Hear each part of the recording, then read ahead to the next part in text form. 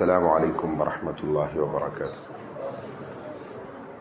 ان الحمد للہ نحمده ونستعینه ونستغفره ونؤمن به ونتوکل علیہ ونعوذ باللہ من شرور انفسنا ومن سیئات اعمالنا، من يهده الله فلا مضل له ومن يضلل فلا هادي له، وأشهد أن لا إله إلا الله وحده لا شريك له، وأشهد أن محمدا عبده ورسوله.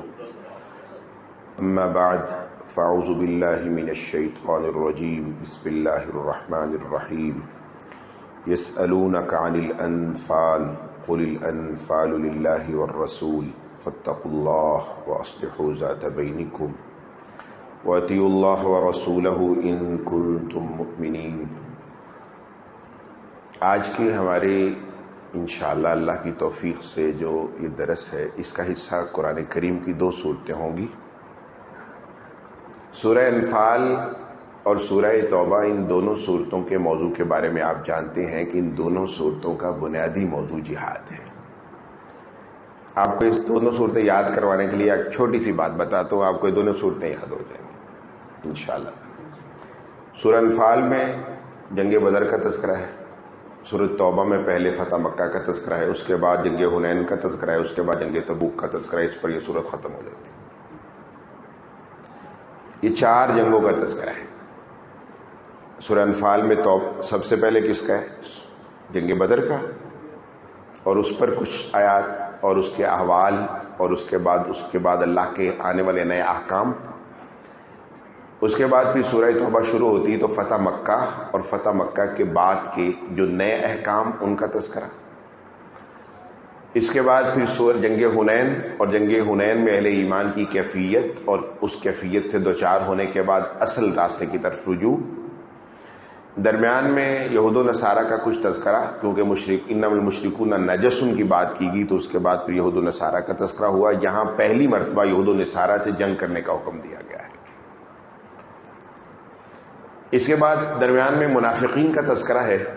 اس کی وجہ یہ ہے کہ نفاق ہر جنگ میں کھلتا تھا، بدر میں بھی کھلا، احد میں بھی کھلا، اور تبوک میں تو بالکل ننگا ہو گیا. اس لیے منافقین کا بہت تفصیلی تذکرہ ہے. اور پھر جنگ تبوک پر تفصیل سے تبصرہ ہے بالکل آخر تک، اس پارے کے آخر تک، اور آخر میں پھر اس کا تتمہ ہے سورت کا.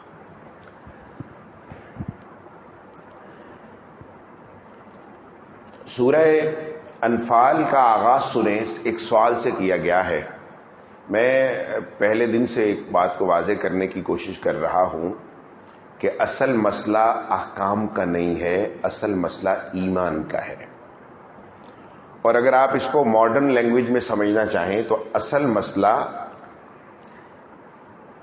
رسمیات عبادت کا نہیں ہے، بلکہ اصل مسئلہ ورلڈ ویو کا ہے، عقیدے کا ہے، ذہنی تناظر کا ہے کہ کسی مسلمان کی غور سوچ و فکر کیا ہونی چاہیے، اس کے نظام فکر کیا ہونا چاہیے، عقیدہ کیا ہونا چاہیے، دنیا سے تعلق کی نوعیت کیا ہونی چاہیے، یہاں رہنے کے بارے میں اس کا نقطہ نظر کیا ہونا چاہیے، دنیا کی چیزوں کے ساتھ اس کے تعلق کی نوعیت کیا ہونی چاہیے، دنیا میں وہ کس فکر کے ساتھ زندہ رہے گا. یہ بنیادی طور پر ورلڈ ویو ہوتا ہے. کون سے سوالات اہم ہیں، کس کا جواب دینا چاہیے، اس کے جواب کا طریقہ کار کیا ہوگا. قرآن کا بنیادی موضوع یہ ہے. اس کی وجہ یہ ہے کہ جن تین قوموں سے قرآن کو واسطہ پڑا تھا، اس میں ایک تو مشرکین مکہ تھے، دوسرے یہود تھے، اور تیسرے عیسائی تھے. عیسائی ڈائریکٹ عرب میں نہیں رہتے تھے، عرب کے گوشے میں تھوڑے سے رہتے تھے یمن کی طرف، جبکہ یہود آپ کو پتہ ہے مدینہ میں آباد تھے، اور مشرکین جو تھے وہ مکہ میں آباد تھے. اہل مکہ بھی اپنے آپ کو دین ابراہیمی کا پابند اور بیت اللہ کا اپنے آپ کو مجاور اور خادم سمجھتے تھے. اسی بنیاد پر ان کی عرب میں عزت تھی. یہود جو تھے وہ بھی اپنے آپ کو موسیٰ علیہ السلام کی شریعت کا پابند اور اس آخری نبی کا منتظر خیال کرتے تھے جو دنیا میں آنے والا ہے، اس کے انتظار میں انہوں نے مدینہ کی طرف ہجرت کی. یہ دوسرا دین ہے کھڑا ہے. اور تیسرے عیسائیوں کا مسئلہ اس لیے وہ ڈائریکٹ قرآن میں ان کو کب مخاطب کیے گئے، پہلی دفعہ یہاں اور مقامات پر. اس لیے آپ ہم نے پیچھے پڑھا بھی ہے کہ اس کی ان کی تعریف بھی درمیان میں کی گئی ہے. ہم نے سورہ مائدہ میں پڑھا ہے کہ ان کی تعریف بھی کی گئی باقاعدہ یہودیوں کے احبار کے علماء کی، ان میں بہت اچھے لوگ بھی ہیں. آپ کو پتہ ہے سورہ آل عمران کی پہلی تقریباً 73 آیات میں ان سے نجران کے عیسائیوں سے مکالمہ کیا گیا، اور اس کے بعد یہاں بھی ان کی تعریف کی گئی ہے. میں آپ کو بتاتا ہوں. اس کی وجہ یہ ہے کہ عیسائیوں میں ابھی وہ گمراہی نہیں آئی تھی جو مشرکین عرب اور یہود میں آ چکی تھی. مشرکین عرب جو تھے وہ اس وقت بھی اپنے آپ کو دین ابراہیم کا پابند نہیں بلکہ دین ابراہیمی کا ٹھیکیدار سمجھتے تھے، اور اسی لیے انہوں نے اپنے لیے کچھ بیت اللہ کا ذمہ دار ہونے کی وجہ سے انہوں نے اپنے لیے کچھ خاص چیزیں جو تھی متعین کر لیتی، حتیٰ کہ حج کے موقع پر بھی سورہ بقرہ میں اس کا تذکرہ ہے، اس پر ہم ذکر نہیں کر سکے.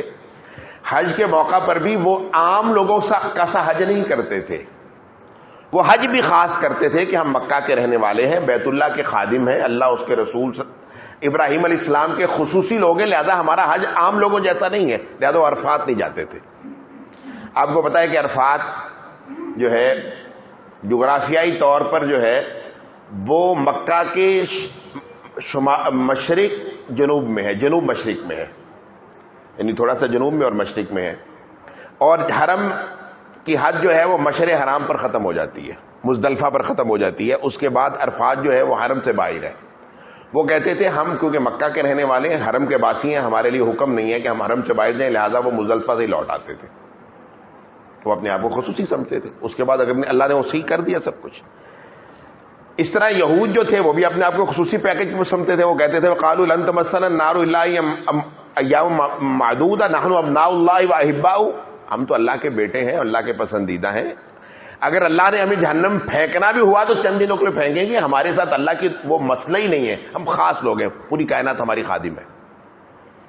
اب یہ دو جو لوگ تھے جو اپنے آپ کو خدائی دین کے دعوے دار سمجھتے تھے، یہ دونوں اصل میں اس دین کی رسمیات پر کھڑے تھے، دین کی روح نکل چکی تھی. سمجھ آئیے آپ کو؟ وہ حاجیوں کو پانی بھی پلا رہے تھے، بیت اللہ کی صفائی بھی کر، حتیٰ کہ وہ ہم سے زیادہ دیندار تھے خاص معاملات میں. آپ کو پتہ ہے نبی اکرم صلی اللہ، ہاں میں صحیح بات کہہ رہا ہوں، آپ کو سمجھ آئے گی ابھی. نبی اکرم صلی اللہ علیہ وآلہ وسلم نے کہ خود عمر میں ہی آپ کو پتہ ہے بیت اللہ کا جو کمرہ ہے، وہ جو ایک کوٹھا ہے وہ گر گیا سیلاب کے پانی کی وجہ سے، بارشیں بہت زیادہ ہوئیں، تو انہوں نے اس کو دوبارہ تعمیر کیا. تو آپ نے ابھی بھی دیکھا ہے ہتیم کا ایک حصہ جو ہے وہ بیت اللہ سے الگ ہے، اور بیت اللہ کا جو کمرہ ہے وہ پہلے یہاں تک تھا، ابراہیم علیہ السلام نے بنایا تھا، لیکن اس کے بعد قریش نے اس کو اتنا ہی بنایا، تھوڑا سا کم بنایا، باقی بنا نہ پائے. اس کی وجہ یہ تھی کہ ان کے پاس جو حلال مال تھا یہاں تک پہنچنے کے بعد وہ ختم ہو گیا. انہوں نے کہا کہ اللہ کے گھر کی تعمیر میں حرام مال نہیں لگے گا. ہم تو اللہ کے تعمیر کے گھر میں، اچھا گھر تو تعمیری حرام مال سے ہوتا ہے. اس وقت جس طرح کے گھر ہم نے تعمیر کرنے اللہ کے، یا جو ہمارا مقصود ہے، مثال کے طور پر لاہور کی بہت پیاری پیاری مسجدیں ہیں جس کو بطور ہم انٹرٹینمنٹ دیکھنے جاتے ہیں. اس وقت اس میں ایک بحریہ کی مسجد ہے، گرینڈ ماسک آف دا بحریہ، حلال کے ویسے سے بنی ہوئی ہے، آپ سب جانتے ہیں ملک ریاض بہت حلال کماتا ہے. تو اس کا مسئلہ یہ ہے کہ اس وقت تو یعنی وہ ہم سے بہت ساری چیزوں میں ٹھیک تھے کہ وہ کہتے تھے بیت اللہ پر حرام نہیں لگ سکتا، لہذا جتنا بنا سکتے ہو بتا دو، باقی چھوڑ دو. نبی اکرم صلی اللہ علیہ وسلم نے خواہش کی تھی کہ میرا دل ہے کہ ابراہیم علیہ السلام کی بنیادوں پر دوبارہ کھڑا کر دوں، لیکن کیونکہ مکہ والوں کی اب نے اس میں پیسہ لگایا اور ان کی سے جذباتی وابستگی ہے کہ ہم نے خود بنایا گھر، اس سے ابھی تک میں اس کو گراؤں گا نہیں. وہ جذباتی وابستگی کو سمجھتے تھے. اس لیے مسئلہ یہ ہے کہ یعنی کچھ چیزیں ان میں تھیں. اللہ کے رسول ایسے نہیں آئے عرب میں، اس وقت کائنات میں موجود ساری قوموں میں صفات، خوبیوں، اخلاق، قربانی کے اعتبار سے سب سے بہترین قوم عرب تھے. یہ جو مولانا حالی نے ایک نظم لکھی نا، فلاں پہ جھگڑا فلاں پہ جھگڑا، انہوں نے عرب کو سمجھا پتہ نہیں وہ گوار سے لوگ تھے اور ان کو کوئی عقل نہیں تھی، کوئی شعور نہیں تھا.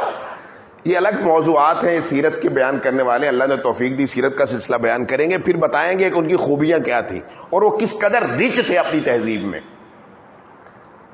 اور آپ کو روم اور ایران کی تہذیب بتائیں گے کہ ان کے ساتھ ان کا تعامل کتنا مضبوط تھا، یعنی تعلق کتنا گہرا تھا. لیکن آج تک روم اور ایران میں استعمال ہونے والا ایک برتن بھی مکہ میں نہیں آیا.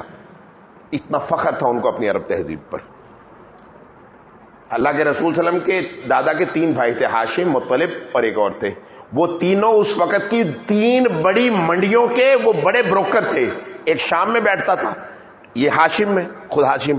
ایک یمن میں بیٹھتا تھا، ایک وہ بصرہ میں جا کے بیٹھتا تھا، وہ دبئی کے پاس وہاں بیٹھتا تھا. ایک بصرہ میں بیٹھتا. بڑے بڑے انہوں نے پورے عرب کو کیپچر کیا ہوتا. وہاں کے سارے جو تھے مواصلاتی یعنی ٹرانسپورٹیشن ان کے پاس تھی. یعنی یہ خشکی کی ٹرانسپورٹ ان کے بہت بڑے، یہ جو قرآن نے ذکر کیا نا ایلاف قریش ایلاف امری، یہ ان پر احسان کیا ہے کہ تمہیں ہم نے جو تجارتی مرکزیت دی ہے جس کی وجہ سے تمہارے پاس مال ہے، تم اس خدا کی کیوں نہیں عبادت پر آتے ہیں، اس اللہ کے اس گھر کے جس کی وجہ سے تمہیں یہ عزت ملی ہوئی ہے. تو وہ ان کا بہت بڑا ایک نیٹورک تھا. ایک الگ مسئلہ ہے، کسی دن بیان کریں گے. لیکن وہ سب رسمیات تھی. رسمیات کیا تھی؟ بیت اللہ کی خدمت کرنی ہے جی، حلال مال لگا دیا جی، وہاں چڑھاوا چڑھانا ہے، حاجی آئیں گے تو پانی پلانے، لیکن اندر سے توحید، اللہ سے تعلق باللہ اور یہ دنیا کس لیے بنی، یہ ساری چیزیں ختم ہو چکی تھی.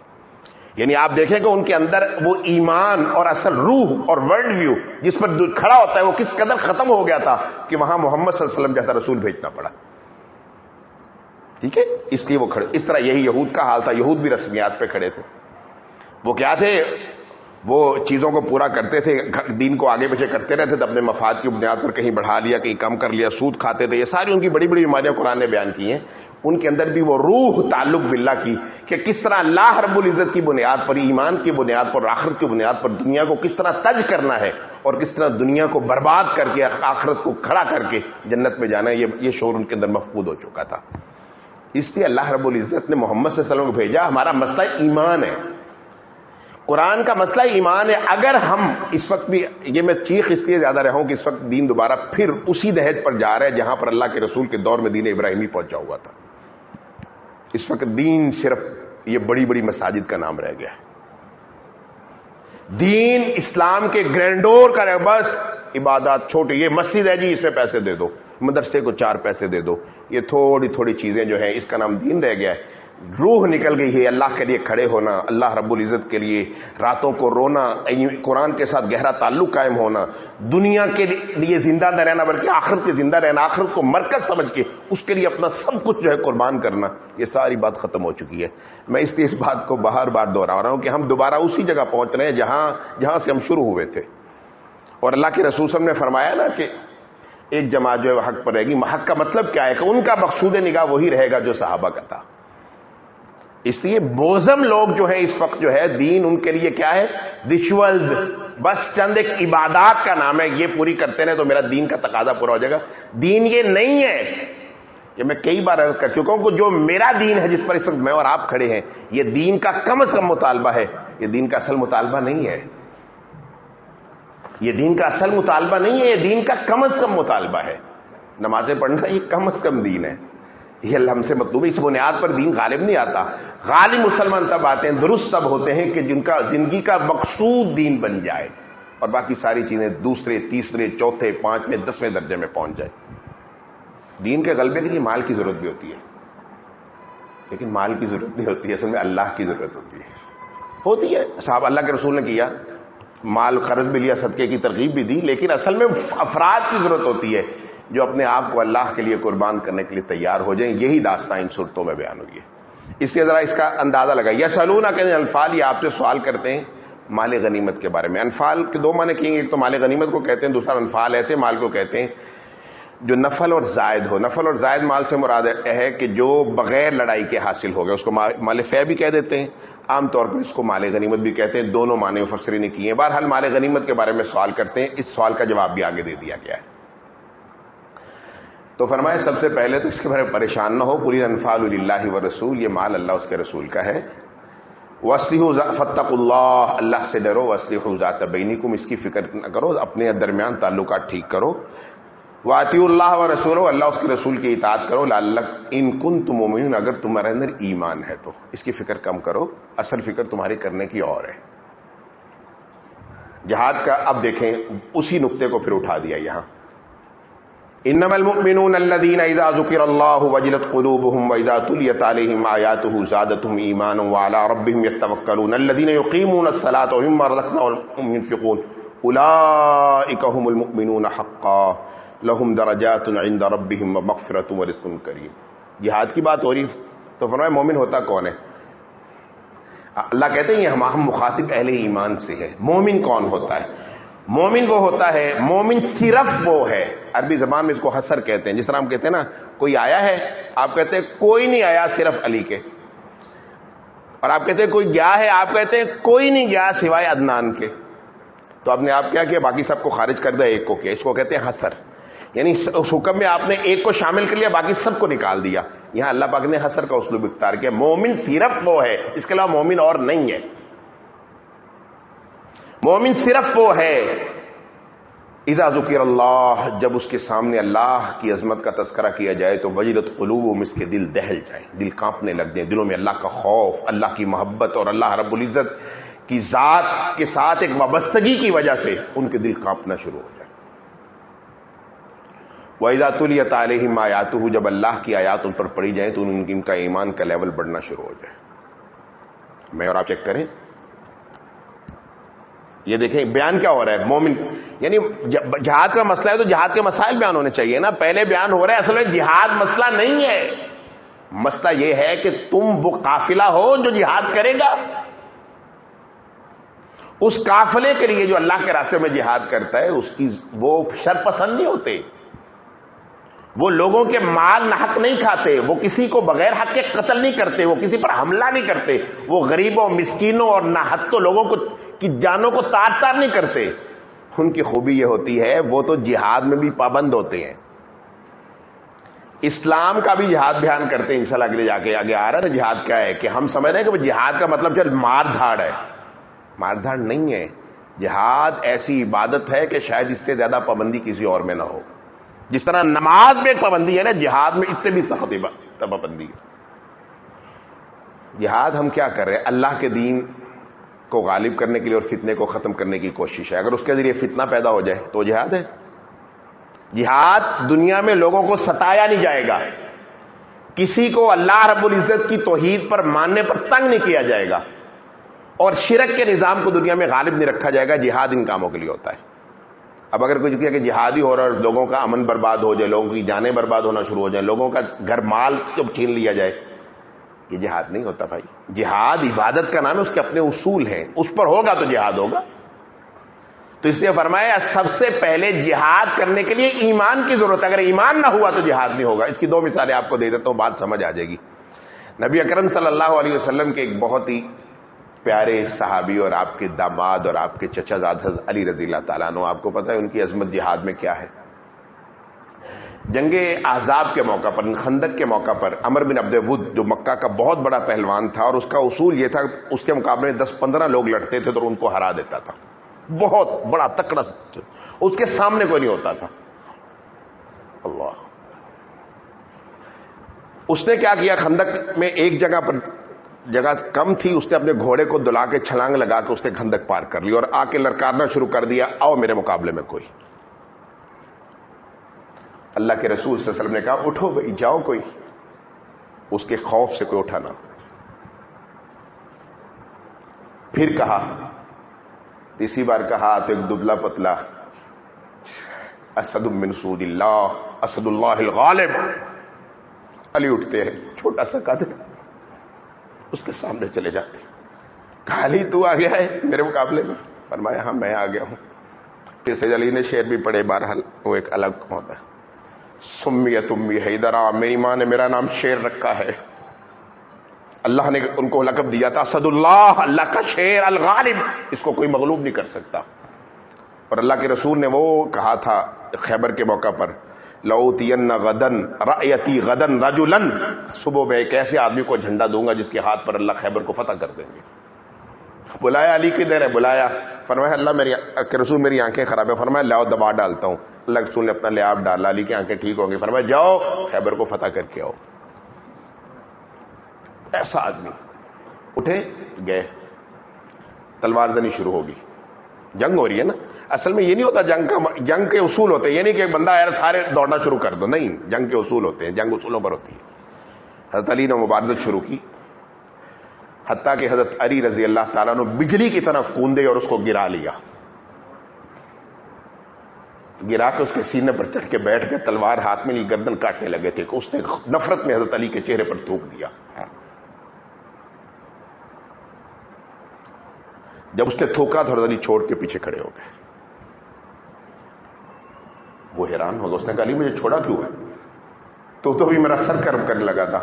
اس نے کہا میری تیری کوئی ذاتی لڑائی نہیں ہے, میں تیرے سے صرف اللہ کے دشمن کے طور پہ مار رہا تھا. اب جب تو نے میرے منہ پہ تھوکا ہے میرا ذاتی جذبہ بھی شامل ہو گیا, اس لیے میں تجھے ماروں گا نہیں, میں تجھے صرف اللہ کے لیے مارنا چاہتا تھا. یہ ہے اخلاق, یہ ہے جہاد, کہ اللہ رب العزت آخری حد تک اس بات کو انشور کرے کہ آپ صرف اللہ کے لیے لڑ رہے ہیں. ایک دوسری مثال سنیں. چھوٹے صحابہ میں سب سے بڑا مجاہد اور سب سے بڑا سالار اسامہ بن زید تھے. اتنا بڑا آدمی اور قابل سالار حضرت 2-3 لوگ تھے جن میں ایک صحابہ میں, جن میں ایک اسامہ بن زید. 16-17 سال کی عمر تھی تو اللہ کے رسول نے جب آخری لشکر روانہ کیا اپنی وفات سے پہلے, تو وہ حضرت اسامہ بن زید کی جو ہے قیادت میں بھیجا. بہت بڑے جنگجو تھے, اور یہ وہ لشکر ہے سارے کبار صحابہ ان کی قیادت میں. اللہ نے خوبیاں رکھی ہوتی, ہر آدمی کی خوبی نہیں ہوتی. جہاد کرنا ایک الگ خوبی ہے. حضرت مثنی ابن حارثہ رضی اللہ تعالیٰ عنہ جو ہے, انہوں نے حضرت عمر کے دور میں, حضرت ابوبکر کے دور میں خود ہی, یہ اصل میں بحرین میں رہتے تھے, بحرین کی سرحد ایران کے ساتھ لگتی ہے, خود ہی جہاد شروع کر دیا اللہ حضرت عمر کی اجازت کے بغیر, حضرت ابوبکر کی اجازت کے بغیر. اور ان کو یہ احساس تھا کہ اگر میں پھنس گیا تو امیر المومنین میری مدد کریں گے. حضرت عمر کے پاس, حضرت ابوبکر کے پاس گئے جب ان کو پتا چلا کہ اب لڑائی, اب جو ہے ایرانی فوجیں چڑھیں گی ہم پر. مثنی بن حارثہ رضی اللہ تعالیٰ عنہ مدینہ گئے کہ میں اب امیر المومنین کے پاس جاتا ہوں, حالات بتاتا ہوں تاکہ وہاں سے کوئی کمک ملے. کافی دنوں کے بعد واپس لوٹے تو وہ ساتھی تو دیکھ رہے تھے کہ بہت بڑی فوج مدینے سے آئے گی, تو واپسی پر لوٹے تو ان کے ساتھ صرف ایک شخص تھا. اللہ, یہ ہے ایمان. اور اس کے بعد آپ نے خالد بن ولید کو بھی ایک مارکے میں وہ تھے, ان کو کہا کہ یہاں سے فارغ ہو گئے تم بھی مثنی بن حارثہ کو مل جاؤ, لیکن ان کے ساتھ صرف ایک بندہ بھیجا, ان کا نام تھا یزید بن حضرت قعقاع رضی اللہ تعالیٰ عنہ. انہوں نے کہا کہ ایک آدمی لے کے آئے ہو ان سے لڑنے کے لیے؟ فرمایا ہاں, ابوبکر نے فتح کی علامت دی ہے مجھے, اور آپ نے فرمایا, رسول اللہ صلی اللہ علیہ وسلم نے فرمایا تھا جس لشکر میں یہ ہوگا اس لشکر کو کبھی شکست نہیں ہوگی, لہذا سب سے پہلے فتح کی نوید لے کے آیا ہوں. ایک صحابی, یہ وہی صحابی ہیں جنہوں نے ان ایرانیوں کے ہاتھیوں کے مقابلے میں اونٹوں کو برقعے پہنا کے اتنے بڑے بنا دیا تھا, یہ انہوں نے پڑھائے تھے کہ ہاتھی ڈر کے بھاگ گئے تھے, یہ نئی مخلوق کیا آ گئی ہے. انہیں کالے برقعے پہنا دیے تھے نا ہاتھیوں کو, 4-4-5 ہاتھی کر کے ان کو برقعے پہنا دیے. وہ ایک 5 ہاتھی جب کھڑے ہوں گے فاصلے پر, اوپر کالی چادر ہوگی, وہ ایک کیا پہاڑ بن جائے گا. ہاتھی ڈر کے بھاگ گئے. یہ وہی صحابی ہے کہ جس فوج میں یہ ہوگا اسے کبھی شکست نہیں ہوگی ادھی کبھی کی وجہ سے. یہ صحابہ تھے. تو حضرت اسامہ بن زید اتنے بڑے کمانڈر تھے, اللہ کے رسول صلی اللہ علیہ وسلم کے پاس آئے اور حضرت عبداللہ ابن عمر نے ان کی آ کے شکایت کی. شکایت کیا کی کہ اسامہ بن زید نے جنگ کے دوران ایک مسلمان کو قتل کیا ہے.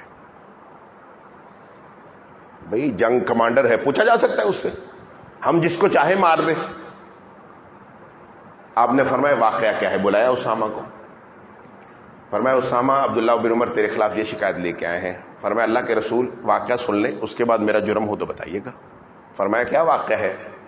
فرمایا واقعہ یہ ہے کہ میری اس کے ساتھ تلوار سے نہیں ہو رہی تھی. جب لڑتے لڑتے جب میں نے اس کو قتل کرنے کا ارادہ کیا تو اس نے کہا لا الہ الا اللہ محمد الرسول اللہ. فرمایا میری تو اٹھی ہوئی تلوار واپس نہیں, میں نے کہا یہ موت کے ڈر سے پڑ رہا ہے. آپ نے فرمایا شفقت قلبہ یا اسامہ, جب اس نے لا الہ الا اللہ پڑھا تھا تو کیا تو نے اس کا دل پھاڑ کے دیکھ لیا تھا کہ تجھ سے ڈرا ہے؟ تو نے اس کو, اللہ کے رسول, واللہ اللہ کے رسول نے فرمایا واللہ انا بریء من اسامہ, اے اللہ میں اسامہ سے بری ہوں, میرا اسامہ سے ایک فعل سے کوئی تعلق نہیں ہے. آپ نے کہا اسامہ وہ تو جہاد میں تھا. تو اللہ شفقت قلبہ, تو نے اس کا دل پھاڑ کے دیکھ لیا کہ تجھ سے ڈر کے پڑ رہا ہے. اس نے جب لا الہ الا اللہ پڑھ دیا اس کے بعد اس کا خون محفوظ ہو گیا تھا. تو جتنا بھی بڑا مجاہد ہے, اللہ کے رسول اتنے ناراض ہوئے کہ اسامہ بن زید کہتے ہیں کاش آج کے دن سے پہلے میں مسلمان ہی نہ ہوتا, میں آج ہی مسلمان ہوتا. بھئی جہاد نام ہے ایک اخلاق کا, وہ ایک اصول ہے, اللہ کے لیے لڑنے کا نام ہے. جہاد ایسا نہیں ہے پورے جہاد میں, آگے ہم پڑھیں گے انشاءاللہ, پورے جہاد کی تحریک میں صرف ایک موقع پر جہاد میں درختوں کو کاٹا گیا, جہاد میں درخت کاٹنے کی اجازت نہیں ہے. اور وہ درخت جنگ خیبر میں کاٹے گئے ہیں، اور ان درختوں کے بارے میں باقاعدہ آتا ہے اس میں 28 پارے میں باقاعدہ اللہ نے اجازت دی تھی کہ یہ درخت تمہیں کاٹنے کی اجازت ہے. ہر درخت نہیں کاٹ سکتے تم، کھیتیاں برباد نہیں ہو سکتی. جہاد دنیا میں بربادی پھیلانے کا نام نہیں ہے. یہ نہیں ہے کہ جس شہر میں داخل ہو جائے اور اس شہر کو تاراج کر دو اور جہاں جاؤ انسانوں کو قتل کر کے ان کے سروں کے مینار بنا دو. جہاد اس بات کا نام نہیں ہے. جہاد تو دنیا میں امن کے پیغام کا نام ہے، مظلوموں کی حمایت کا نام جہاد ہے، اور اللہ کے دین کے غلبے کا نام جہاد ہے. تو غلبہ اخلاق سے پیدا ہوتا ہے. بڑے ایسے واقعے ہیں کہ اسلام میں جہاد کیا ہے. بہرحال جہاد پہلے تو جہاد اصل میں دنیا میں فتنہ فساد اور خوف پھیلانے کا نام نہیں ہے. یہ اللہ کی عبادت ہے جس کے نتیجے میں دین غالب آتا ہے. وہ وہی وہ عبادت کا نظام کھڑا ہوتا ہے. وہ ایمان کی بستی بنتی ہے جس کی بنیاد پر لوگ جنت کے راہی بنتے ہیں. اس لیے فرمایا انما المؤمنون، مومن. جہاد کی بات ہو رہی ہے، پہلے ایمان ڈیسائیڈ کیا جا رہا ہے. انما المؤمنون، مومن وہ ہیں کہ جب ان کے پاس اللہ کی ذکر آیت کا ذکر ہو تو ان کے ایمان بڑھنا شروع ہو جاتے ہیں، اور ان کے اندر ایک جذبہ پیدا ہوتا ہے. وَعَلَىٰ رَبِّهِمْ يَتَوَكَّلُونَ. وہ جذبہ کیا ہے کہ اللہ ہی سب کچھ ہے. توکل کا مطلب کیا ہے؟ اللہ ہی سب کچھ ہے. توکل کہتے ہیں ہر قسم کی محنت کرنے کے بعد، سارے وسائل خرچ کرنے کے بعد بھی کسی نتیجے پہ یقین نہ ہو. کہا کہ میں نے سب کچھ خرچ کر دیا، اس کو نتیجہ کہ صرف اللہ کر سکتے ہیں. اس کو کہتے ہیں توکل. توکل کا مطلب یہ نہیں ہوتا کہ کام نہیں کرنا. توکل کا مطلب ہوتا ہے سب کچھ کرنے کے بعد یہ سمجھنا کہ یہ سارا کچھ میں نے کیا ہے اللہ کے حکم کو پورا کرنے کے لیے، لیکن یہ اس کے نتیجے میں کام نہیں ہوگا، کام وہ اللہ کریں گے. ان کے اندر ایک جذبہ پیدا ہو جاتا ہے، وہ کہتے ہیں سب کچھ اللہ کرتے ہیں. اس کے بعد فرمایا الذین یقیمون الصلاۃ. ان کی خوبی یہ ہے نمازیں بڑی اچھی پڑھتے ہیں. وَمِمَّا رَزَقْنَاهُمْ يُنْفِقُونَ. اللہ کے مالوں سے اللہ کے راستے میں خرچ کرتے ہیں، دین کے کام کے لیے، دین کی سربلندی کے لیے خرچ کرتے ہیں. فرمایا جن کے اندر یہ خوبیاں ہوں ان کی ڈگری کیا ہے؟ اولئک هم المؤمنون حقا. یہ سچے مومن ہیں.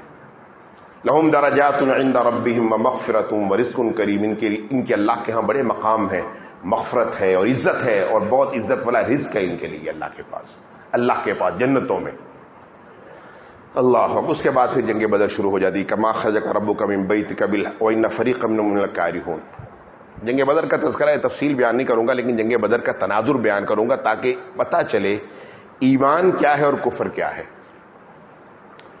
دو آیتیں جو ہیں، بہت ساری آیتیں ہم نہیں پڑھ سکتے ہوتے، لیکن دو اہم آیتیں آپ کو سناتا ہوں تاکہ آپ کے سامنے کھلی.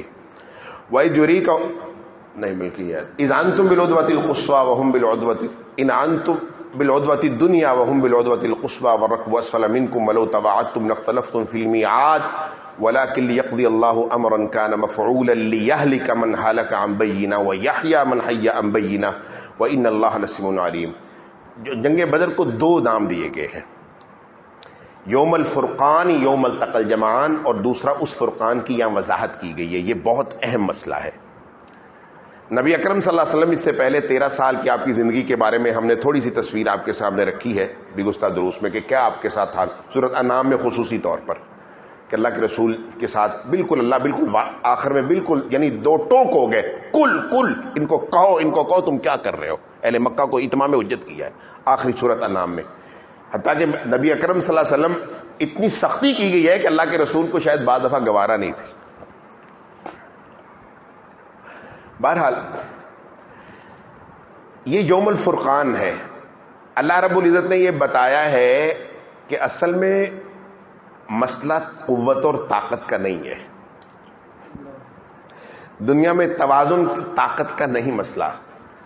دنیا میں مسئلہ صرف یہ ہے کہ اللہ کس کے ساتھ ہے اور اللہ کس کے ساتھ نہیں ہے. جنگ بدر کی جو مجموعی کیفیت ہے اس میں جو ان کی تعداد آپ کو پتہ ہے وجہ کیا تھی. قافلہ لوٹنے گئے تھے، اس کے بعد جنگ بدر ہوگی. انہوں نے یہ کہا تھا کہ اب ہم واپس نہیں جائیں گے، بدر کے میدان میں جا کے جشن منائیں گے، وہاں ناچ گانے کریں گے، شرابیں پئیں گے، اور اس کے بعد پھر واپس جائیں گے کہ مسلمان ہمارا کچھ نہیں بگاڑ سکے. اللہ نے کہا آؤ تو صحیح پوچھتا ہوں تمہیں، میں آج بتاتا ہوں کہ کیا حق کیا ہوتا ہے، باطل کیا ہوتا ہے. اللہ کے ساتھ لڑنا کوئی آسان ہے؟ 13 سال محمد کریم صلی اللہ علیہ وسلم کا الم تر الی الذین قیل لهم کفوا ایدیکم. ایمان کو کہا گیا روکے رکھو اپنے ہاتھ، جو مرضی کرتے رہے تم نے ہاتھ نہیں اٹھانا ان پر. فرمایا اب اجازت ہوگی، اب میں دکھاتا ہوں میں کیا ہوں. پوری دنیا کی جنگی تاریخ کا کوئی جرنیل اس جنگ کا انالیسس کرنے میں کامیاب نہیں ہوا کہ یہ جنگ جیت کیسے گئے. وہ 1000 کا لشکر ہے، سونے لوہے سے غرق، جنگی ساز و سامان سے غرق اور وسائل سے غرق، اور ادھر صرف 9 تلواریں ہیں۔ کتنی تلواریں؟ 313 لوگ ہیں، کوئی خاص گھوڑے نہیں، کوئی اونٹ کوئی نہیں۔ آپ مجھے یہ بتا دیں کہ یہ لشکر لڑا کیسے 9 تلواروں کے ساتھ؟ اللہ نے لڑایا۔ ابو دجانہ کہتے ہیں کہ میرے پاس کچھ بھی نہیں تھا، میرے پاس تلوار تھی، ٹوٹ گئی، اللہ کے رسول نے ایک چھڑی پکڑی، فرمایا ابو دجانہ لے لو، کہتے ہیں وہ تلوار بن گئی۔ اس کے بعد پتہ نہیں اللہ کے رسول کی زندگی کے بعد اس تک کچھ لڑتا رہا ہوں، وہ اور کچھ ہو رہا تھا، پتہ نہیں کیا ہو رہا تھا۔ اس میں پھر اللہ پاک وہاں لے گئے، نبی اکرم صلی اللہ علیہ وسلم نے وہاں دعا کی تھی، یا اللہ یہ میری 13 سال کی، یہ میری 15 سال کی کمائی ہے، آج آپ کے حکم پر میں بدر کے میدان میں لے آیا ہوں، اگر آج یہ کٹ گئے یہاں تو اس کائنات میں دوبارہ تیری عبادت نہیں ہوگی۔ یہ اکیلی جماعت ہے دنیا میں اللہ اللہ کرنے والی۔ اللہ کے رسول ساری رات دعا کرتے رہے، حتیٰ کہ دعا کرتے کرتے آپ کی چادر مبارک جو اوپر پہنی ہوئی تھی وہ آپ کے کندھوں سے گر گئی۔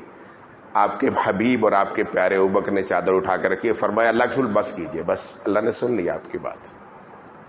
پھر اللہ نے کہا لقد نصرکم اللہ فی مواطن کثیرۃ ولقد نصرکم اللہ ببدر وانتم اذلہ، تم جانتے نہیں تم بے کس تھے اور ہم نے تمہاری مدد کی۔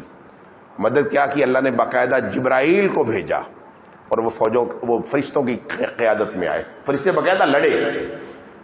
مفسرین نے لکھا ہے کہ صرف ایک جنگ ہے جس میں باقاعدہ، فرشتے تو ہر جنگ میں ہوتے ہیں، ایک جنگ ہے جس کے بارے میں باقاعدہ معلوم ہے کہ فرشتے عملاً انہوں نے لڑا ان کو ساتھ۔ باقی جنگوں میں فرشتے آتے تھے کفار کو ڈرانے کے لیے، فرشتے ان کے پیچھے پڑ جاتے تھے، وہ فارغ ہو جاتے تھے۔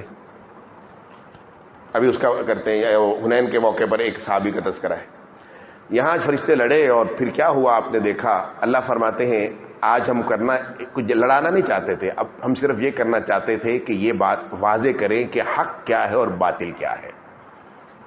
یہ ہم وہاں بھی کر سکتے تھے، لیکن وہاں سمجھا رہے تھے کہ درست اور غلط کا فرق سمجھو۔ اسی فرقان کی یہ تشریح کی گئی اس آیت میں۔ اللہ کہتے ہیں لِيَهْلِكَ مَنْ هَلَكَ عَنْ بَيِّنَةٍ وَيَحْيَىٰ مَنْ حَيَّ عَنْ بَيِّنَةٍ۔ مسئلہ یہ ہے جو اس کائنات میں زندہ رہے اس کے پاس زندہ رہنے کی کوئی دلیل ہو، اور جو مرے اس کے پاس مرنے کی کوئی دلیل ہو۔ یہ جو 13 سال میں محمد کریم صلی اللہ علیہ وسلم نے وہاں تکلیفیں اٹھائی ہیں نا، وہ اس لیے تھی کہ ہم واضح کرنا چاہتے تھے صرف کہ تمہارا اور ہمارا اختلاف کیا ہے۔ نہ حکومت کا اختلاف ہے تمہارے ساتھ، نہ ہمارا دولت کا اختلاف ہے تمہارے ساتھ، نہ کوئی لڑکی چاہیے، نہ کوئی عہدہ چاہیے، صرف توحید اور اللہ رب العزت کی ذات سے تعلق کا اختلاف ہے۔ 13 سال صرف یہ بات سمجھانے کے لیے اللہ کے رسول نے تکلیفیں سہی ہیں۔ اس لیے لوگ جس کو 2 لفظ آ جاتے ہیں نا، اس کے بعد پاؤں پہ زمین نہیں لگتی، اس کو سمجھنا چاہیے دعوت بزدلوں کا بھی کام نہیں ہے اور جلد بازوں کا بھی کام نہیں ہے۔ دعوت کے میدان میں روز مرنا پڑتا ہے، جہاد میں تو ایک بار مرنا ہوتا ہے، دعوت میں روز مرنا پڑتا ہے۔ آپ دیکھیں نا سب کچھ ہمارے یہاں ایک مولانا ہے، آپ جانتے ہیں مولانا احمد اللہ صاحب نادر آباد ہوتے ہیں، ان کا مدرسہ ہے، بڑے وہاں کے بزرگ ہیں۔ ہمارے کوئی دوست گئے وہاں ایک جماعت کی شکل میں، تو ان کو کہا کہ آپ یہاں کے عالم ہیں، ہمارے ساتھ ملائیں باہر کے دوستوں کو دین کی دعوت کے بارے میں۔ کہتے ہم ایک دکان پہ گئے تو حالانکہ بہت بزرگ تھے، ان کو جانتے ہیں، ان کے مدرسے کے باہر دکان تھی، جاتے ہی اس شخص نے چڑھائی شروع کر دی، گالیاں دینی شروع کر دی۔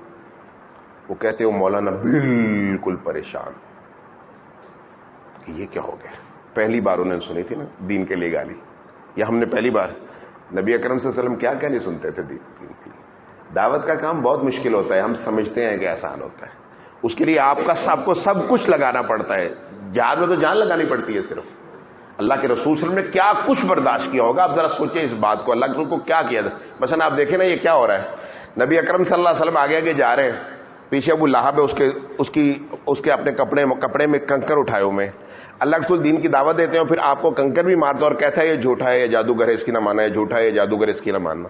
یہ کیا ہو رہا ہے نبی کے ساتھ، محمد صلی اللہ علیہ وسلم کے ساتھ یہ ہو رہا ہے، محمد صلی اللہ علیہ وسلم امام الانبیاء کے ساتھ یہ ہو رہا ہے۔ آپ دیکھیے کیا کیفیت ہوگی اللہ کے رسول کی، جب سگا چچا کنکر بھی مار رہا ہے اور پیچھے کہہ رہا ہے اس کی نہ بات سننا، اس کی نہ بات سننا، یہ فلاں ہے، یہ فلاں ہے، یہ فلاں ہے، یہ فلاں ہے۔ اللہ کے رسول برداشت کر کے جا رہے ہیں،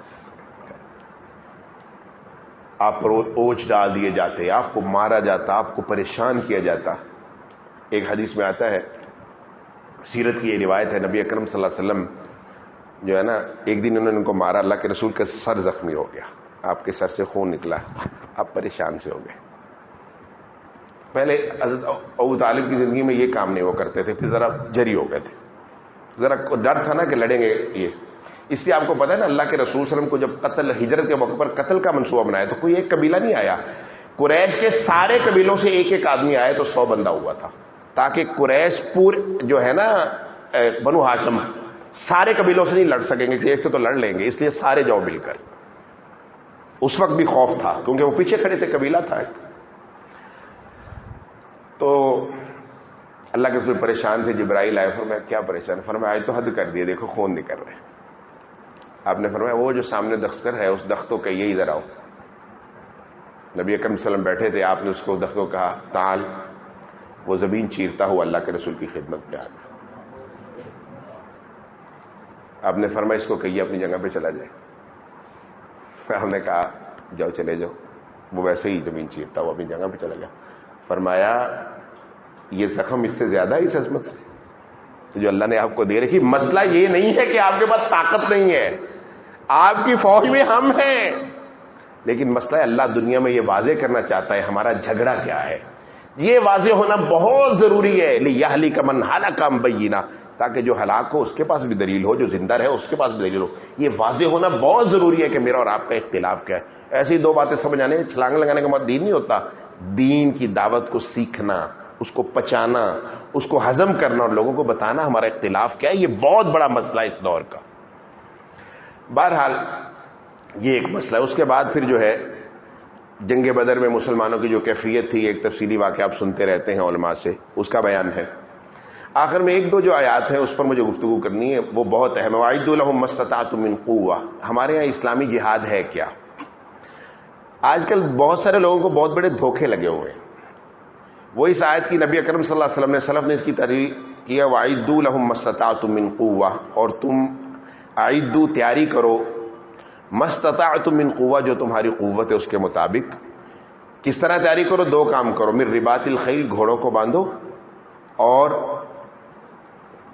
من قوت سے مراد کیا؟ الرمی. اللہ کے رسول نے فرمایا تیر اندازی کیا کرو اور گھوڑوں کو باندھ کے رکھو، ان کو سدھا کے رکھو، تاکہ کفار کے ترہبون به عدو اللہ وعدوکم، یہ کفار اللہ کے دشمن اور تمہارے دشمن جو ہے ڈرتے رہے. یہاں قوت سے مراد رمی ہے، اور یہاں خیل باندھنے سے مراد گھوڑوں کو باندھنا ہے.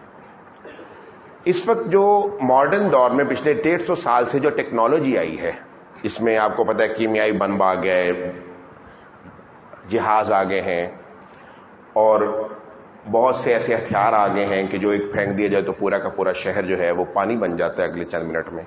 میزائل ٹیکنالوجی بہت بڑی آ گئی ہے. آپ کو پتہ ہی ہے دنیا میں ترقی ہو. ہمارے بہت سارے لوگ جو ہیں جب اس آیت کی تشریح کرتے ہیں تو کہتے ہیں یہ عید المستطاعت من قوہ سے یہ مراد ہے. یہ بالکل غلط تشریح ہے. اس سے مراد وہی ہے جو اللہ کے رسول کے دور میں مراد تھا. ٹھیک ہے جی، یہ سمجھے مسئلہ. ہمارے ہاں جب بھی اس ماڈرن ٹیکنالوجی کو اپنانے کی بات کی جاتی ہے تو سب سے پہلے جی یہ جو جنگوں کے لیے سامان، پھر ہم اس کا مطلب یہ امریکہ انڈیا نے جو ہے ایٹم بم بنا لی، ہم نہ بنائیں. اس کے بعد فلاں ٹینک کے ہم نہ لیں، اس کے بعد فلاں میزائل ہے ہم نہ لیں. بھائی اسلام کو سمجھے. میں تو ڈیفنس آف پاکستان کی بات ہی نہیں کر رہا، میں ڈیفنس آف انڈیا کی بات ہی نہیں کر رہا. جب اب جہاد کہہ رہے ہیں نا تو جہاد عبادت ہے، جہاد اللہ کا حکم ہے، اس کے اپنے اصول ہے. میں نہیں کہہ رہا پاکستان کو کس طرح ڈیفنس کرنی چاہیے، کریں جس طرح کرنی ہے، کیونکہ یہ دور یہاں ڈیفنس کا مسئلہ ہے. آپ کے آئین میں کسی جگہ لفظ جہاد نہیں لکھا ہوا. ٹھیک ہے، ڈیفنس ہے، لوگ کرتے ہیں، ٹھیک ہے کرے، فوجیں انڈیا والے کرے، سارے کرے، لیکن جہاد اسے نہ کہے. جہاد ایک عبادت ہے. جہاد دین کے اصولوں پر لڑا جائے گا. جہاد وہ ہوگا جو آسمانی تعلیمات پر ہوگا. مثال کے طور پر مجھے یہ بتائیں، موٹے موٹے اصول میں نے آپ کو بیان کیے ہیں ابھی جہاد کے. اب یہ بتائیں کہ کیا کسی فائٹر جیٹ کے ساتھ وہ شرعی جنگ لڑی جا سکتی ہے جو اللہ کے رسول نے بتائی ہے؟ فائٹر جیٹ کیا کرتا ہے؟ کارپیٹ بمباری کرتے ہیں یا اوپر سے میزائل پھینکتے ہیں. اس کے ساتھ وہ نیچے پوچھتا ہے کہ تو مسلمان ہے کہ نہیں، تو راہب ہے عیسائی یا تو نہیں، درخت کٹ رہے ہیں کہ نہیں کٹ رہے، پانی خراب ہو رہا ہے کہ نہیں ہو رہا، زمین برباد ہو رہی کہ نہیں ہو رہی، جو مرا ہے وہ کافر ہے کہ مسلمان ہے، پوچھتا ہے وہ. تو جنگ کیسے کریں گے اس کے ساتھ آپ اسلامی؟ بھئی ہمیں تو درخت کاٹنے کی اجازت نہیں ہے، تو آپ ماڈرن ٹیکنالوجی کے ساتھ چھری جنگ کیسے کر سکتے ہیں؟ سمجھ آ گئی نا؟ اس لیے اعدوا لهم ما استطعتم من قوہ کا مطلب قطعاً جو ہے ایٹم بم نہیں ہے، یورینیم بم نہیں ہے اس کی مراد۔ بھائی آپ مجھے یہ بتائیں کسی شہر پر ایٹم بم پھینک دیا جائے تو وہاں کیا بچے گا؟ ہیروشیما ناگاساکی میں کیا ہوا؟ یا آپ کے یہاں ڈیزیکیٹر بم پھینکیں گے، کتنے لوگ مرے؟ وہ سارے جنگی لوگ تھے، ان سے لڑا جا سکتا ہے؟ اس لیے بھائی آپ دین ٹھیک ہے ماڈرن دنیا میں رہے، آپ کو کسے رہنا ہے، لیکن اس سے دین نہ کہیں۔ اس لیے ماڈرن ٹیکنالوجی میں شاید ایک دو ایسی ہتھیار ہوں جن کے ساتھ چھری جنگ لڑی جا سکتی ہو، لیکن باقی ہیوج بڑی ٹیکنالوجی ہے جو بڑے سطح پر جو ہے وہ کیجویلٹی کرتی ہے یا بڑے سطح پر تباہی پھیلاتے ہیں جو ہتھیار ہیں، ان میں سے کسی ہتھیار کے ساتھ جنگ نہیں لڑی جا سکتی چھری۔ جہاد ہوتا ہے اصولوں پر، لہٰذا اصول نہیں ہوگا تو نہیں ہوگا۔ لہٰذا اعدوا لهم ما استطعتم من قوہ سے وہی مراد ہے جو اللہ کے اس کے رسول نے، جو امت پچھلی 19 صدیوں میں سمجھتی آ رہی ہے، ٹھیک ہے؟ لہٰذا یہ سارے کہنا کہ اس سے مراد میزائل ٹیکنالوجی ہے، بالکل میزائل ٹیکنالوجی سے مراد نہیں ہے، ایٹم بم کی ٹیکنالوجی بالکل اس سے مراد نہیں ہے، جہاز فائٹر اس سے بالکل مراد نہیں۔ اس کی وجہ کیا ہے کہ اس سے تو چلی جنگ ہی نہیں ہو سکتی۔ اچھا مجھے یہ بتائیں کہ مسلمان کے اندر پیسہ کیسے آئے گا کہ جیٹ خریدیں گے؟ آئے گا پیسہ؟ یہ تو سارے ٹیکس سے بنے نا، آپ ہی اور مدادیں لے لو کے مسلمانوں کا پیسہ کیسے آئے گا؟ ٹیکس لینا جائز نہیں ہے، پیسہ کدھر سے آئے گا اتنا؟ اس لیے بھائی اسلام کو اسلام رکھے، ماڈرن دنیا کو ماڈرن رکھیں۔ اس لیے اس کو ماڈرن دنیا کو اسلامائز کرنے کی کوئی ضرورت نہیں، اس کو الگ رکھیں، اس کو الگ رکھیں۔ ہم پر جہاد فرض نہیں ہے نا اس وقت، کس نے کہا ہے کرو؟ اگر ہم سمجھتے ہیں ہم کمزور ہیں، جو اگر فلسطین میں مسئلہ ہو رہا ہے اور ہم نہیں وہاں پہنچ رہے، دعا ہی کر سکتے ہیں نا، ہمارے اوپر یہی فرض ہے نا، کر لیا ہے بس۔ ان کے لیے رو سکتے ہیں اللہ پاک سے، دعا کر سکتے ہیں، اگر کوئی پیسے پہنچا سکتے پیسے پہنچا دے، بس یہی کریں گے نا آپ۔ اس لیے اپنی استطاعت کو سمجھے، دین کو نہ بدلیے، اس کو وہیں رہنے دیجئے، ٹھیک ہے؟ اپنی استطاعت جو ہماری ہے اس پہ کر رہے ہیں، اللہ پاک نے مکلف بھی نہیں کیا، لہذا اس باتوں کو بہت سمجھنا چاہیے، ٹھیک ہے جی؟ اس کے بعد پھر اسی بات کو دہرایا گیا، یا ایھا النبی، اے میرے نبی، اس بات کو سمجھو کہ حسبک اللہ، تجھے اللہ کافی ہے۔ اور صبح و شام کے اذکار میں ہم سے 7 بار یہ بات کہی جاتی ہے، پتہ ہے نا حسبی اللہ؟ کیوں؟ ہم یہ رزق ہم تو سارے کیونکہ اذکار پڑھتے ہیں، ذکر کرتے نہیں ہیں نا، ہم تو اذکار پڑھتے ہیں، اسے پتہ ہی نہیں ہے کہ میں یہ کیا کہہ رہا ہوں۔ آپ دیکھیں جب ہم صبح و شام کے اذکار میں یہ پڑھتے ہیں حسبی اللہ، مجھے اللہ کافی ہے، کبھی یہ بات طبیعت پہ طاری ہوئی ہے کہ میں کیا کہہ رہا ہوں؟ میں یہ اعلان کر رہا ہوں میرے مالک تو مجھے کافی ہے، مجھے کسی کی ضرورت نہیں ہے، مجھے نہ عزت کے لیے کسی کی ضرورت نہیں ہے، نہ ذلت مجھے کوئی پہنچا سکتا ہے، نہ میرا کوئی مجد و معاون ہو سکتا ہے، تو ہے نا، بس کافی ہے۔ نبی اکرم صلی اللہ علیہ وسلم نے فرمایا جب کوئی شخص جو ہے دنیا والوں کو راضی کرنے کے لیے اللہ کی حدود کو تار تار کرتا ہے، دنیا والے راضی نہیں ہوتے۔ اور اللہ فرماتے ہیں میرے بندے تو مجھے راضی کر لے، میں ساری دنیا کو تجھ پر راضی کر دوں گا۔ اور اس کی تفصیل بیان کی کہ جب اللہ کسی بندے سے محبت شروع کر دیتے، جبرائیل کو بلاتے ہیں، کہتے ہیں جبرائیل فلاں شخص سے محبت کرتا ہوں، احبب ہو سے تو محبت کر۔ جبرائیل کو کہ ملائکہ کے بادشاہ ہیں، وہ جا کے آسمان میں فرشتوں کو بتاتے ہیں کہ جو فلاں آدمی ہے، اکٹھا کر کے بتاتے ہیں، پھر وہ سارے فرشتوں کے بات پہنچاتے ہیں کہ فلاں آدمی سے اللہ محبت کرتے ہیں، جبرائیل محبت کرتے ہیں، تم بھی محبت شروع کر دو۔ یہ ہے طریقہ۔ اور اس کے بعد پھر زمین میں آتے ہیں، لوگوں کے دلوں میں ڈالتے ہیں، کیا ہوتا ہے؟ وہ آدمی سارے لوگوں کا محبوب بن جاتا ہے، اور جس سے اللہ نفرت کرنا شروع کر دیں۔ عام طور پر بہت سارے لوگ جو ہے نا، جو اپنی عزت سمجھتے ہیں بڑے ولیمے کرنے میں، بڑی شادیاں کرنے میں، بڑی پارٹیز کرنے میں، ایماندار سے بتائیں ملی ہے کبھی عزت؟ اگر 2 بندے تعریف کر کے جائیں گے نا، 4 نقص بھی بتایا جائیں گے، تھوڑا سا یہ ہو جاتا نا، پھر مزہ بہت اچھا تھا۔ اللہ ذلیل کرتے ہیں، اس کی وجہ ہے کہ سنت کے خلاف جو بھی کام کیا جائے گا، جو بھی کام داڑھی والا کرے یا بغیر داڑھی والا، ایمان والا کرے، حلال کمانے والا کرے یا حرام کمانے والا کرے، سنت کے خلاف جو بھی کام ہوگا اللہ اس سے کبھی بھی عزت دیتے، ہمیشہ ذلت ہی دیتے اس کے نتیجے میں۔ سنت پر کھڑے ہونے کی کوشش کیجیے۔ شادی کوئی بڑا مسئلہ نہیں ہے۔ نبی اکرم صلی اللہ علیہ وسلم کے شہر میں عبد الرحمن بن عوف جیسا شخص شادی کر لیتا ہے اور اللہ کے رسول کو پتہ نہیں چلتا۔ سوچ رہے ہیں آپ؟ یہ کوئی ایونٹ نہیں ہے اسلام میں۔ ہم ساری زندگی کی کمائی ایک شادی پہ لگا دیتے ہیں، اللہ کا دین رسوا ہو رہا ہے، لوگ پریشان ہو رہے ہیں، ہمیں کوئی غم نہیں ہے اس بات کا۔ عبد الرحمن نے اور شادی کرتے اللہ کے رسول دیکھتے ہیں وہ میک اپ کا جو ہوتا ہے نا خواتین کا وہ لگا ہوا ہے. فرمایا یہ کدھر سے آ گیا تیرے کپڑوں پر؟ فرمایا اللہ کے رسول کل شادی کر لی ہے. فرمایا اکبر کتنا باندھا ہے؟ ایک سونے ایک کھجور کی گٹلی کے مطابق سونا دیا ہے. فرمایا کیا بات ہے، مبارک دی اللہ کے رسول نے. آپ نے کہا یار مینو شادی لینا، میں تیرا نکاح ہی بڑھا دینا. اس کا مطلب کیا ہے؟ ہمارے یہاں شادی کوئی ایونٹ ہی نہیں. اور پھر آپ نے کہا ولیمہ کرو، وہ سنت ہے، ایک بکری کر سکو نا تو وہی کرو بس. نبی اکرم صلی اللہ علیہ وسلم کی شادی کا سب سے بڑا ولیمہ ایک بکری کا ہے.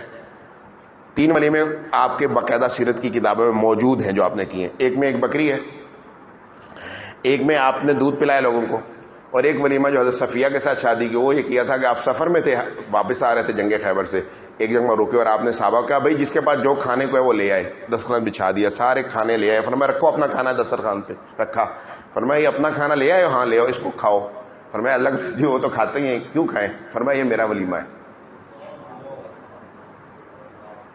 اب یہ بتائیے اللہ کے رسول خیبر سے کچھ نہیں لے کے آ رہے تھے، واپس فتح کیا تھا نا خیبر کو، کوئی مال غنیمت نہیں آیا. بتایا ہے کہ ولیمہ کوئی شے نہیں ہے. اس لیے بھائی سنت کے مطابق اپنی زندگی گزارنے کی کوشش کریں. آپ کے مال کی اللہ کے دین کو بہت ضرورت ہے. جس امت کا مال دنیا پہ لگے اس کی دنیا بنے گی، آخرت برباد ہوگی اور عزت نہیں ملے گی. جس کا آخرت پہ لگے اس کی آخرت بھی ملے گی اس کو اور عزت بھی ملے گی دنیا میں. صحابہ کیا کرتے تھے؟ اپنا مال کما کے دین پہ لگاتے تھے. بہرحال اللہ ہمیں اس بات کی توفیق دے. اس کے بعد پھر جو ہے فتح مکہ کا تذکرہ ہے. فتح مکہ کے بعد آپ کو پتہ ہے مشرکین کے ساتھ خاص جو ہے کچھ سلوک کیے گئے، اس کا تذکرہ ہے کہ آج کے بعد جو ہے مشرکین کو وقت دیا گیا کہ اتنے مہینوں میں آپ جس نے جو ایمان لانا ہے ایمان لے اور نہیں ایمان لانا تو پھر مکہ کو خالی کر دو. اب مشرکون جو ہیں وہ نہیں رہ سکتے، یہ زمین ان کے لیے حرام کر دی گئی ہے. یا ایھا الذین آمنوا ان المشرکون نجس فلا یقربوا المسجد الحرام بعد عامهم ھذا. یہ آیت بھی اتری تھی نا. ایک وہ دور بھی تھا کہ جب اللہ کے رسول کو شہر سے نکال دیا گیا تھا. آپ صلی اللہ علیہ وسلم نے حضرت علی اور ابوبکر کو بھیج کر یہ اعلان کروایا کہ بس اب اس اللہ کے زمین میں صرف پاک لوگ رہیں گے، یہ پاک زمین ہے، کوئی شرک کا نشان بھی باقی نہیں لگا. تمہارے پاس وقت ہے، مسلمان ہو جاؤ، نہیں ہوتے تو پھر تم اس کو چھوڑ جاؤ. اس کی کوئی بہت بڑی شہادت موجود نہیں ہے، لیکن کہا یہ جاتا ہے، جو تاریخی لوگ کچھ کہتے ہیں کہ یہ ہمارے ہاں چترال کے اوپر کافرستان ہے. پتہ ہے آپ کو یہ قبیلے یہاں رہتے ہیں، کیا ان کو کہتے ہیں؟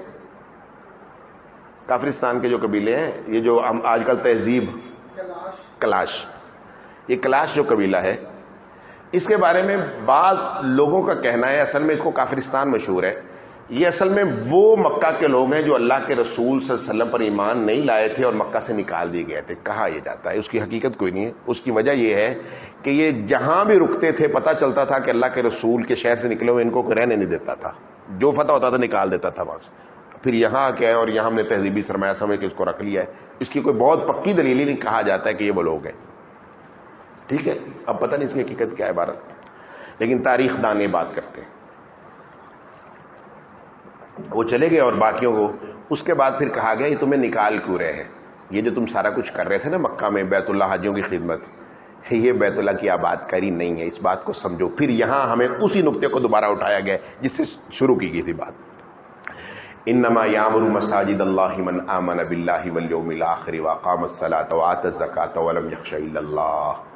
یہ تم اللہ کے گھر کی آباد کاری کا دعویٰ کرتے ہو کہ تم خادمین ہو؟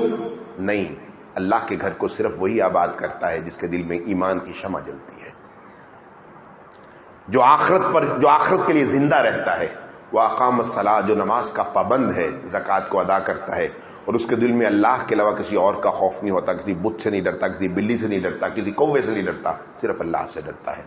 فعسیٰ اولئک ان یکونوا من المہتدین. یہ لوگ اگر اس ایمان کے ساتھ ہیں تو اللہ ان کی ہدایت میں اضافہ کرتے رہیں گے. تم نے کیا سمجھ رکھا تھا؟ اجعلتم سقایۃ الحاج وعمارۃ المسجد الحرام.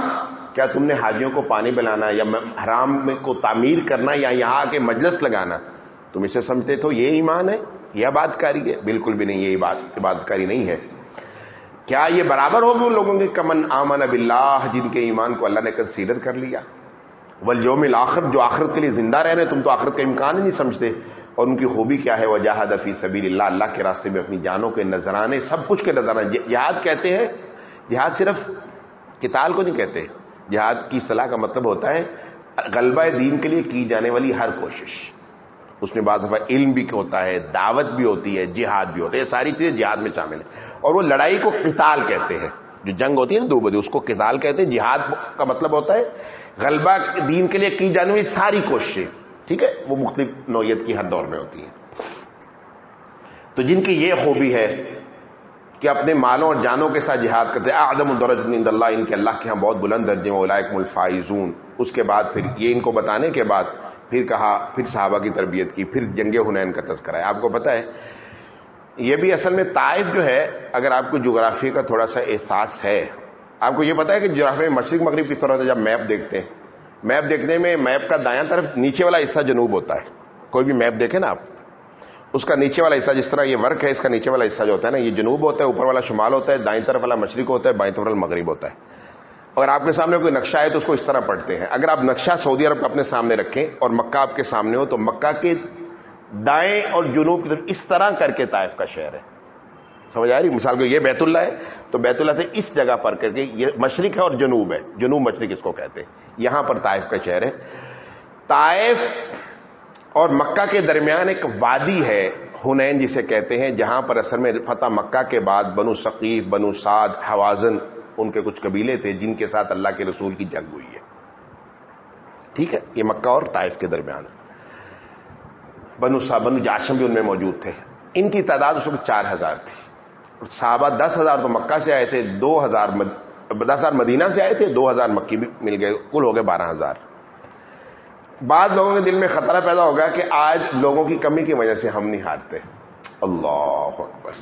اللہ کہتے اچھا تم سمجھتے ہو کہ تم اپنی طاقت کی وجہ سے جیتے ہو، میں تو تمہیں سمجھائی پچھلے 15 سال 22 سال سے یہ رہا ہوں کہ تمہاری طاقت کی کوئی حیثیت نہیں. بدر میں تم کیسے تھے، عہد میں کیسے تھے، عذاب میں تم کیسے تھے، تمہیں پتہ نہیں چل رہا تمہاری فتح کس کا راز کیا ہے.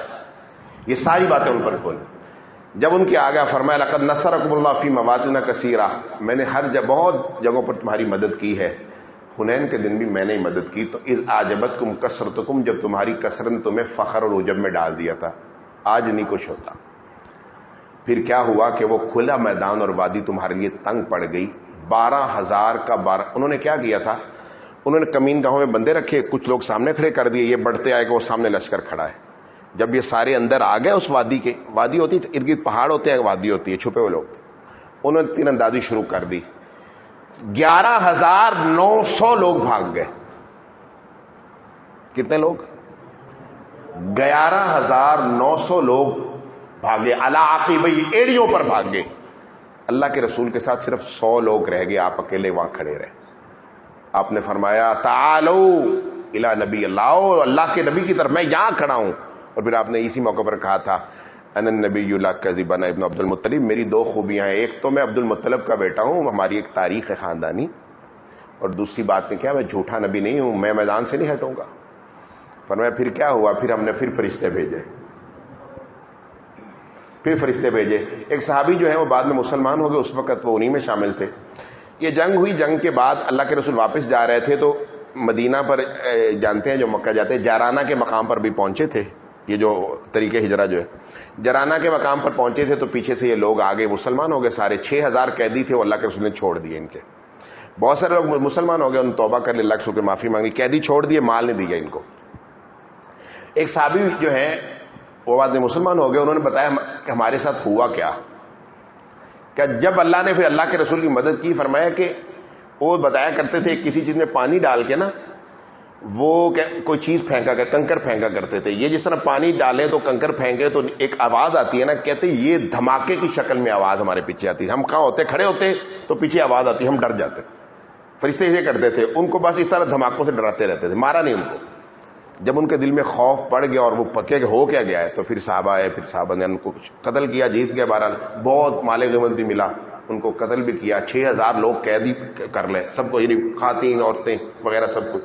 بعد میں ان کو چھوڑ دیا گیا. بہرحال تو اللہ بتا یہ رہے ہیں ثم انزل اللہ سکینتہ علی رسول والمؤمنین، اس کے بعد ہم نے اپنی سکینت نازل کی. جب تم بھاگے تھے نا، پھر ہم نے سکون دوبارہ تم پر نازل کیا. وانذر جنودا لم تروها، پھر ہم نے آسمان سے فرشتوں کو بھیجا جن کو تم دیکھ رہے گئے تھے.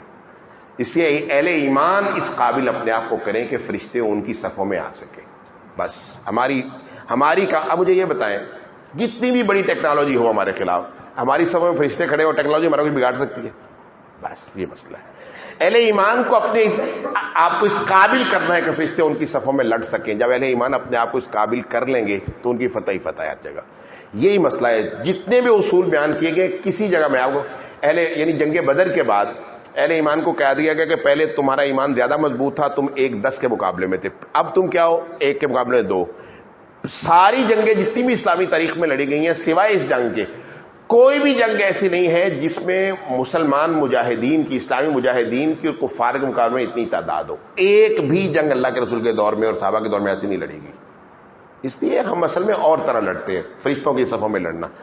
اس کے بعد پھر 1-1.5 رکوع پر پھر یہاں اہل کتاب کا تذکرہ ہے. اس کے بعد پھر جنگ تبوک یہاں شروع ہو جاتی ہے. یا اس آیت سے یا ایھا الذین آمنوا ما لکم اذا قیل لکم انفروا فی سبیل اللہ, اے ایمان والو تمہیں کیا ہو جاتا ہے جب تمہیں کہا جاتا ہے کہ اللہ کے راستے میں نکلو. اس طاقت میں تم زمین سے بوجھل ہو کے چمٹ جاتے ہو. یہ تمہارا زمین سے بوجھل ہو کر چمٹنا, یہ اب ہمارے اخلاق بیان ہو رہے ہیں. وہ پتہ کیا ہوتا ہے, ارضیتم بالحیات الدنیا, تم دنیا کی زندگی پر خوش ہو گئے ہو. یہ جو ہمیں صرف دنیا چاہیے ہوتی ہے نا, آخرت نہیں چاہیے ہوتی. وقت میرا کس پہ لگے گا؟ دنیا پہ لگے گا, آخرت پہ لگے گا. اس کا مطلب ارضیتم بالحیات الدنیا. اللہ فرماتے ہیں ارضیتم بالحیات الدنیا من الآخرہ فما متاع الحیات الدنیا فی الآخرۃ الا قلیل. یاد رکھو آخرت کے مقابلے میں یہ کچھ بھی نہیں ہے. نبی اکرم صلی اللہ علیہ وسلم پھر کی مثال سے واضح کیا ہے. قلیل, آپ نے فرمایا آخرت کا اور اس کا مقابلہ کیا؟ آپ نے فرمایا ایک بہت بڑا سمندر ہو, مسلم شریف کی حدیث ہے, اس میں کوئی شخص جو ہے وہ انگلی ڈالے, انگلی ڈال کے اس انگلی پر جتنا پانی لگے گا, فرمایا یہ دنیا ہے, اور وہ سارا سمندر آخرت ہے. آپ نے اس کو سمجھایا باقاعدہ مسلم شریف کی حدیث میں. تو یہ ہے دنیا, اس کے لیے تم ساری کاوشیں کر رہے ہو, اس سمندر کو چھوڑ رہے. آخرت سمندر ہے دنیا کے مقابلے میں. اگر تم نہ نکلے تو پھر کیا کرے گا؟ اللہ رب العزت کو ضرورت نہیں تمہاری, اللہ تمہیں بدل کر ایک قوم کیا لے گی جو اللہ کے راستے میں لڑنا پسند کریں گے. بہرحال اس کا ترغیب دے گی صحابہ, کیونکہ ابھی واپس آئے تھے وہ جنگ حنین سے, ان کے پھل پک گئے تھے, گرمی بہت شدید تھی, کیونکہ گرمی شدت کا کوئی مسئلہ نہیں تھا صحابہ کو. مسئلہ تو تھا لیکن اتنا بڑا مسئلہ یہ تھا کہ مکہ میں کھجور تو سال میں ایک بار ہوتی ہے اور یہی ان کا رزق کا ذریعہ تھا. اور وہ پک گئی تھی, اگر ان کو تھوڑے دن تک نہ اتارا جاتا تو ضائع ہو جانی تھی. اب ان کے دل میں یہ قلق موجود تھا کہ یہ کیا ہوگا. پھر اللہ پاک نے آیتیں اتار کے ان کو اس بات پر آمادہ کیا کہ نکلو. صحابہ نکلے. پھر آپ کو پتہ اس کو جیش العسرہ کہا جاتا ہے, تکلیفوں سے بھرا ہوا لشکر, تنگیوں کا شکار لشکر. ہوا اصل میں یہ تھا, یہ بہت ایک عجیب بات ہے, یہ آپ کے ذہن میں آنی چاہیے کہ اللہ کے رسول کو لوگ جانتے کتنا تھے. ہوا یہ تھا کہ شام کی جو سرحد ہے, آپ کو پتہ ہے عرب کے شمال میں شام ہے, اوپر کی طرف شمال میں کیا ہے؟ شام ہے. شام کی سرحد پر جس قبیلے کی حکومت تھی وہ کا قبیلہ غسان. ان کی رومیوں کے ساتھ کیا تھی؟ معاہدے تھے, میثاق تھا, ان کے تحت تھے یہ. جب عرب سارے کو فتح کر لیا اللہ کے رسول نے, یعنی ادھر والا سارا کر لیا, اوپر یہ غسانی رہ گئے, تو ان کو خدشہ ہوا کہ اب اللہ کے رسول صلی اللہ علیہ وسلم تو ہم کو بھی نہیں چھوڑیں گے. انہوں نے رومی بادشاہ جو تھا, ہرقل تھا اس وقت, اس سے کہا کہ ہم اب عرب پر جو ہے وہ حملہ کرتے ہیں. اللہ, اس نے جب یہ پلان کر لیا, روم کا جو بادشاہ ہرقل تھا اس کو اس بات کا 100% یقین تھا کہ اللہ کے رسول آخری نبی ہیں جس کے ہم انتظار میں ہیں. وہ بہت بڑا عالم آدمی تھا. وہ اس کی بخاری شریف میں تذکرہ آیا ہے تفصیل سے, اس کی بخاری شریف کی پہلی حدیث ہے. ہرقل جو تھا اس کو پورا پتا تھا. اب یہ لشکر نکلتا ہے, پروگرام بن گیا, اللہ کے رسول کی جاسوسی کی خبریں آپ تک پہنچ گئی کہ وہ لشکر نکل رہا ہے. لیکن جب اللہ کے رسول کا لشکر نکلا تو اس کو پتا چل گیا کہ اللہ کے رسول ساتھ آ رہے ہیں. اس نے اپنے لشکر کو اللہ کے رسول کے سامنے کرنے سے روک لیا. اس نے کہا تھا نبی سے نہیں لڑا جا سکتا. اصل مسئلہ یہ تھا, اس کا تیاری تھی پوری. اللہ کے رسول ایسے تو نہیں نکل گئے 30,000 صحابہ کو لے کے اور تکلیفوں میں بھرا ہوا اور پھل کو چھوڑ کے سارا سال داؤں پہ لگا کے گئے. نبی اکرم سے نکل گئے. جب نکلے تو اس نے اپنے لشکر کو واپس پڑھ لیا کہ نبی سے لڑا. اس نے کہا محمد صلی اللہ علیہ وسلم سے لڑا جا سکتا ڈائریکٹ, یہ تو ڈائریکٹ اللہ سے لڑنا ہے نا. وہ سمجھتا تھا آپ سچے ہیں. اس کی وہ بخاری شریف کی حدیث بتاتی ہے, وہ کہے گا آپ کے ساتھیوں سے لڑیں گے. اس کے بعد وہ آپ کے ساتھیوں سے, ابو بکر سے بھی لڑے, عمر سے بھی لڑے, سب سے لڑے, لیکن اللہ کے رسول سے نہیں لڑے. وہ کہ نبی سے ڈائریکٹ ہم نہیں لڑ سکتے کیونکہ اس کے ساتھ لڑا نہیں جا سکتا. ہاں ہم عیسیٰ کے امتی ہیں, آپ محمد امتی سے لڑیں گے, نبی سے نہیں لڑے گا. وہ واپس آ گیا. اللہ کے رسول وہاں گئے، وہاں فتح کیا، انہوں نے اللہ کے رسول سے معافی مانگ لی، معاہدہ کیا، اس کو فتح کر کے آپ واپس آ گئے بہرحال۔ تو اس کے بعد جب منافقین نے یہ سنا تو انہوں نے اللہ کے رسول کے پاس آ کے عذر کیا۔ اللہ کے رسول کو باقاعدہ یہاں تنبیہ کی گئی ہے کہ جو منافقین آپ کے پاس آئے تھے آپ نے ان کو کیوں اجازت دی؟ انہوں نے کہا ہم جا نہیں سکتے، ہمیں اجازت، اللہ کے رسول اجازت ہے۔ فرمایا کیوں اجازت دی؟ ابھی تو پتہ چلنا تو ان کا کہ منافق ہے، اجازت کسی کو نہیں دینی تھی، کیونکہ اب آپ دے چکے ہیں، اب آپ کے حکم کو واپس نہیں لیتے۔ پھر منافقین کا تذکرہ۔ منافقین ہوتے کیا ہیں اس کو سمجھے۔ جہاد کے دوران منافقین، 1 منٹ 2 منٹ کی بات میں اس کو ہم ختم کر رہے ہیں۔ یہ منافقین کیا ہوتے ہیں؟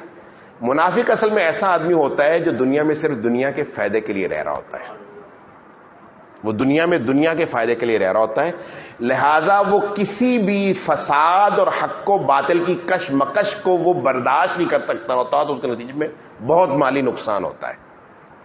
وہ صلح کل چاہتا ہوتا ہے، وہ کہتا ہے کوئی بھی جھگڑا ہوگا تو درمیان میں میرا مفاد ختم ہو جائے گا۔ اس لیے آج کے دور میں بھی منافقین کی جماعت کی بہت بڑی علامت ہے، وہ کہتے ہیں کہ جھگڑا نہ ہو جائے، کہیں حق و باطل کا ٹاکرا نہ ہو جائے، اس کے نتیجے میں کیا ہوگا؟ حق حق ہوگا، باطل ہوگا، میں کہاں جاؤں گا؟ کیونکہ وہ حق والوں کو کہتا ہے میں تمہارے ساتھ بھی ہوں، باطل والوں کو کہتا ہے میں تمہارے ساتھ بھی ہوں، ان کے ساتھ بھی دنیاوی مفاد ہوتے ہیں، ان کے ساتھ بھی دنیاوی مفاد ہوتے ہیں۔